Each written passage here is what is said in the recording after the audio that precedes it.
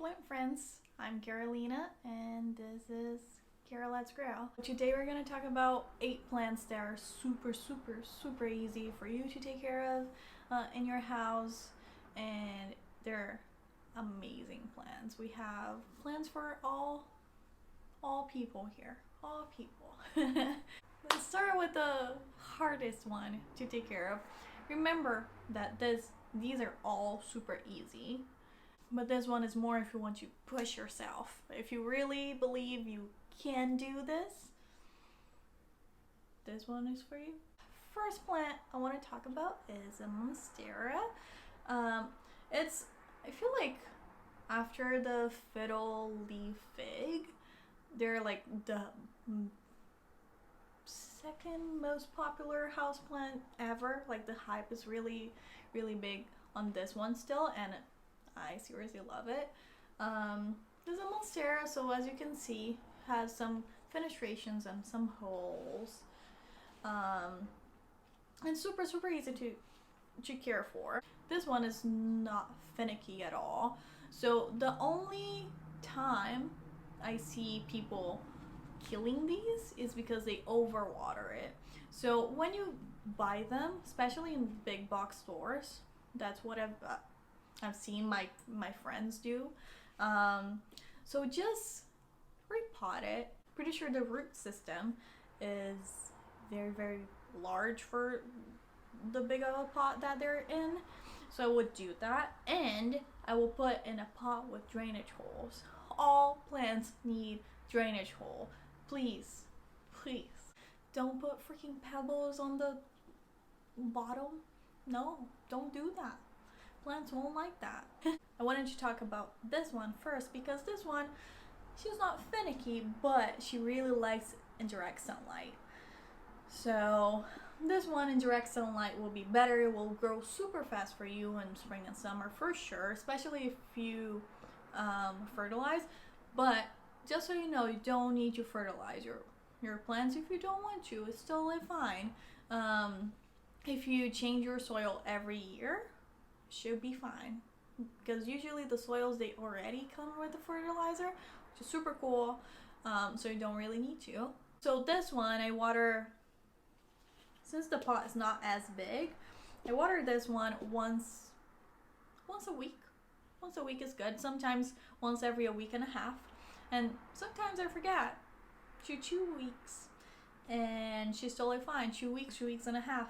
It's a very sturdy plant, so that's why I put her here, because she is amazing. And her foliage is amazing. Look at this. Amazing. And I have a tattoo of her too because she's so cute. So the next one is a Singhania. Some people might say that they killed Singhania so many times, but here to tell you, these are super easy to care for. I swear. This one was one of my first houseplants when I moved to America. They're super cute. Look at this. It has so many new leaves. So they're totally fine with low to medium light. Remember, okay, let's talk about this. Let's talk about light super quickly.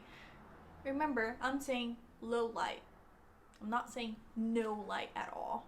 So all plants, they should be in a room with at least a window or a grow light. Because you need to remember that these plants, they live outside. Even if it's in a shaded area, it has light coming into them. So just so you know, they need light, even if it's a little bit, just a tiny bit. Don't put your plants in freaking bathrooms with no windows. I mean, you can, but they won't thrive, they won't be happy. You know, you need to think that this is alive and you need to treat this with care. Okay, so Singhania. So this one is a Singhania. Some people call it the arrowhead plant. I call it Singhania because, I don't know, it's easier for me to remember. This one I think is the neon one, super cute. This one, if you forget to water this for a month, it will be totally fine. Can you believe it? It's amazing. I mean, it won't be super happy, but it will be totally fine. I water mine once every week and a half. They like it better this way, but sometimes I've forgotten to water them for a month because that's how I am. Sometimes you just work too much, you know. Super pretty. You guys should get something like this because they're so pretty. So pretty. Another thing about Singhoniums. So some people kill them super quickly. Pretty sure it's because they overwater it. So this one it's better, well, most of these, it's better to underwater than overwater. That's why they're so easy for you to take care of. They're so easy, but only if you don't helicopter parent them, you know. Okay, so the third plant is Hoyas. I just grabbed this one. This one is the Hoya pubicalyx Splash. They're amazing, super amazing. They only need you to water them, usually from once every 2 weeks or once every month, or even a little bit more than that. Just depends on the kind of pot you have, the kind of species of Hoya you have, if the pot is big or small, and if you want them to bloom or not, you know. And also where you put them in your house. So, you know, it just depends. This one, since it's not a ceramic pot, I only water once every month. And it's super easy. This one is on the third place because, sure, they're super easy for you to take care of it. But, I mean, they really like bright light. So I will put next to a window for sure, especially if you want them to bloom. They really like light. So that's why they're super easy, but you know, if you give them the right conditions, they will be super easy going. Yeah, this is super cool. So these have these tendrils, as you can see, going crazy. Don't cut them because every node, which is the separation in the stem, they will come up with either a flower or a leaf, which is cool. So don't cut them. I mean, only if you're really finicky about it. If you don't like it, sure, you can do it, but it will look fuller soon, I swear. So the fourth one is the heartleaf philodendron. This one is the Philodendron Brazil. Of course, I love it because Brazil, I'm from Brazil. But it's so pretty. I love the neon green, and I just can't, just can't. So pretty. They're super easy to grow, super easy. They're vining plants, so if you're looking for that, we have this. So this one, since it's in a ceramic pot, I water this once every week and a half, 2 weeks. So I usually underwater all my plants because I'm so afraid of overwater it. I don't really have a lot to say about this. It's just beautiful vining plant, super easy. These ones, so as you can see, has some variegation, neon variegation right here. So that means he needs a little bit more light. So medium to bright light will be awesome for this guy. And yeah, if you get the dark green form of this, that one you could put in low light, medium light, bright light, and it should be fine. Now we have another philodendron, only because I love them to death. This one is a Philodendron Mycans, and they're super cool because they're velvety. So, for example, if you see people posting anthuriums and blah blah, oh my god, it's so velvety, but you don't want to spend that kind of money, you have this one. There you go. And it's a vining plant, and the new growth is just so cute. It's the same care as the Philodendron Brazil. super amazing. And these, you can put in low, medium, and bright light. So just a thought that I'm putting in your head right now. If you put a plant in a really low light spot, it won't thrive by any means. It will be okay. It will grow slowly. It will be okay. But if you put in a medium to bright light, they will thrive usually.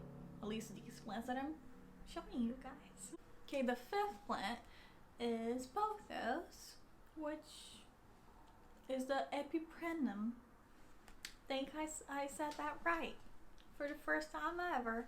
This one is a marble queen pothos. Has like a really nice variegation.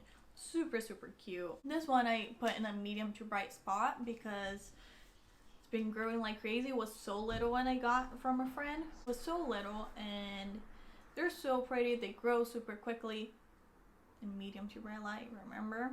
I also have right here, I don't know if you guys can see it, it's my super big pothos that currently has fungus gnats because it came with it. Yay. Very sad, but we're killing all those gnats with mosquito bits. Yay. So happy, so excited. These are a favorite of mine and of a bunch of people because they grow so fast and they're vining plants, so they look amazing. And they're really full too. Usually this one is not because of baby, but this one is super full and it's just so cute. Just so you guys know, some people think that these two are the same. They're not. So this one is a pothos, this one is a philodendron. As you can see, this one has more of a heart-shaped leaf. This one is more of a not heart-shaped leaf. So between the nodes on the Yep, I just did that. Yep. Just did that. Oh. Awesome. Okay, let's do this again. Let's open this.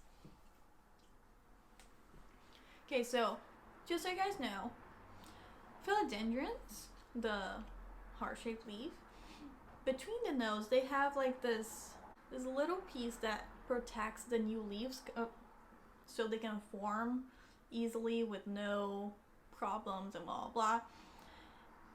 So they're super light green and then they become like a golden one and then they fall. So just think think here with me. If you don't want to deal with a mess, not a mess, but you know, this will fall in on the floor, it's fine. But if you don't want to deal with that, go for a pothos. So it's your call. The seventh plant, is that right? The plant seven is a snake plant, which is the Sansevieria, which now is a Dracaena. I won't call this a Dracaena. I'm sorry, botanists out there, I won't. But just so you guys know, I changed classification. Don't know what that means. Just read that. I don't know. This one is the second easiest plant, my vision, to grow. So this one, I only water once a month. This one especially, since it's so like succulent like, I would underwater for sure, because they don't like water. They have water in all these leaves and they're really plump, you know, they don't need water that much. So I water this once a month only. If you water more than that, pretty sure it's okay. So if you water snake plants more than once a month and they're this big or bigger than this, pretty sure it will have root rot at some point and it will die. Just so you guys know. But they're super easy if you do what I'm saying. You know? So this one, it's super cool because you can put in low light, medium light, bright light, and they will be totally fine.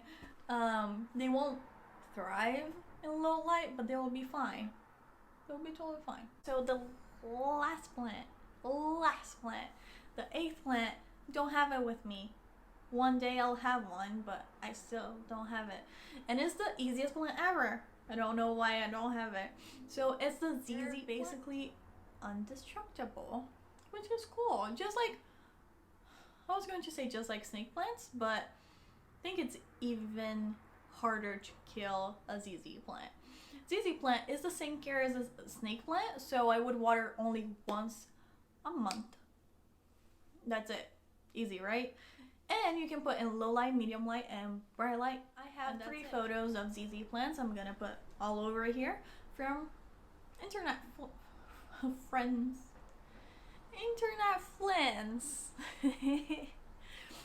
So 3 different pictures of different ZZs all over here, so you guys can see the different ones, and I'm gonna put the names of my plant friends so you guys can follow them too, because they're cool. All of these plants are really for everybody. So if you're starting out, if you have some plants but you want more, if you're a collector that has so many plants, so you want something a little bit easier in your collection, these are awesome. I own them. They're amazing. ZZ plants, I don't own them, but I take care of them in the shop that I work at, so I know how to take care of it, I swear. So I hope you guys like this video. Give it a thumbs up if you like it. Comment down below and tell me what's your easiest plant to grow, because I want to know. These are my easiest plants. You know, everybody has different thoughts on plants and thoughts on everything, you know. That's why we're so different and so cool. So just let me know if you have any questions too. If you want me to make a video on a specific plant, I would do, especially Hoyas. I love Hoyas, just so you know. So if you guys want a specific video, just let me know and I'll do it. Also, subscribe to my channel if you guys are not still subscribed. You know, if you want to see more of my face, more of my plants. And I'll see you guys next time.